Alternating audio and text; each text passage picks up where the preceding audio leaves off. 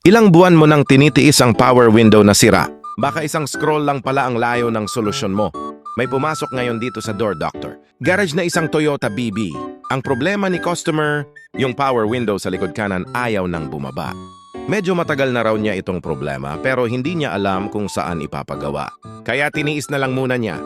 Hanggang sa isang araw habang nag-i-scroll siya sa Facebook, bigla raw dumaan sa reels niya ang vlog ng Door Doctor Garage. Pinanood niya agad, nagbasa ng comments, at nakita niyang marami na pala kaming natulungan sa parehong problema. Kaya ang ginawa niya, nag-comment agad siya at sinave pa ang video para hindi mawala. Sabi niya, kapag nagka-free time siya, siguradong pupunta siya sa shop. At ngayon, heto na nga siya. Pag-check namin, nakita agad namin ang naging dahilan kung bakit ayaw nang gumana ang power window. Sinimulan namin ang tamang diagnosis, inayos ang sira, at siniguradong maayos ang galaw ng salamin bago ibalik ang door panel. Pagkatapos ng repair, isang pindot na lang. Maayos nang bumababa at umaangat ang power window. Hindi na kailangang pilitin o tiisin ang sira.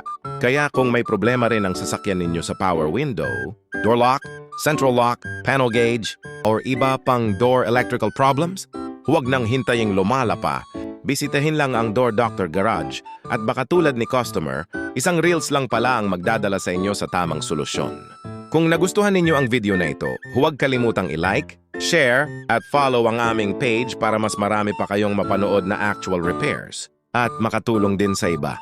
Maraming salamat at kita-kits sa susunod na vlog. Door Doctor Garage, Power Window Specialist. NLSI Road, Barangay Gensan. Yes, very professional. LOL, your window is stuck, we fix it now. System, error, Power Window Specialist. Door Doctor Garage, Power Window Specialist. NLSI Road, Barangay Gensan. Power